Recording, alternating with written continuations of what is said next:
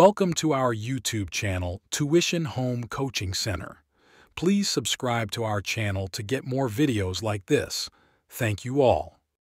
আসসালামু আলাইকুম প্রিয় শিক্ষার্থীরা, তোমরা সকলে কেমন আছো? আশা করছি সকলেই খুব ভালো আছো।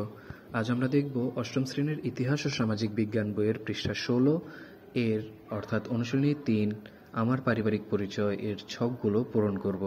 তোমরা যারা এখনো আমার চ্যানেলটি সাবস্ক্রাইব করোনি তারা চ্যানেলটি সাবস্ক্রাইব করে নিও, তাহলে পরবর্তী পড়াগুলো তোমরা এই চ্যানেলে সবার আগে একসাথে পেয়ে যাবে। আর পূর্ববর্তী পৃষ্ঠার সমাধানগুলো প্রয়োজন হলে চ্যানেলের প্লেলিস্টে সে পড়াগুলো দেওয়া আছে, সেখান থেকে তোমরা এক এক করে সেই পড়াগুলো দেখে নিতে পারো। তাহলে চলো শুরু করা যাক আমাদের আজকের পড়া। আমাদের আজকের পড়ার শুরুতে রয়েছে দেখো, সাক্ষাৎকারের মাধ্যমে আমরা যে তথ্য পেলাম তা বিশ্লেষণ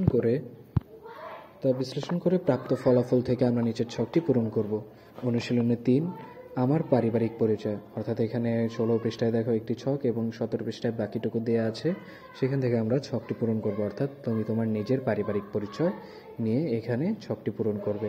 এখানে দেখো আমি দিয়েছি অভিভাবক আমার বাবা লালচাঁদ শেখ, পূর্বপুরুষের নাম আমার দাদা লেহাজউদ্দিন শেখ, পূর্বপুরুষের আবাসস্থল পূর্ব পাকিস্তান, বর্তমান ঠিকানা নারায়ণগঞ্জ ঢাকা, বংশ গোত্র বা সম্প্রদায় শেখ বংশ, এরপর ভাষা বাংলা ভাষা, ধর্ম ইসলাম, এরপর প্রথা মানে হলো তোমার পরিবারের বিভিন্ন নিয়ম কানুনের যে রীতিনীতি রয়েছে তা প্রথা।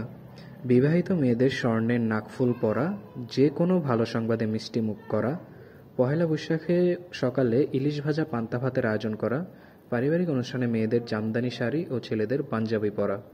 এরপর রীতিনীতি একই রকম প্রায়। বড়দের সম্মান ও শ্রদ্ধা করা, এলাকার মুরব্বীদের সাথে দেখা হলে সালাম দেওয়া, কিশোর কিশোরীদের সন্ধ্যার আগে বাড়ি ফেরা, পরিবারের সবার একসাথে খেতে বসা ইত্যাদি।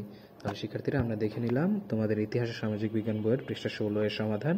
এভাবে পরবর্তী পৃষ্ঠার সমাধানগুলো পেতে চ্যানেলটি সাবস্ক্রাইব করে আমাদের সাথেই থাকো। ধন্যবাদ সকলকে।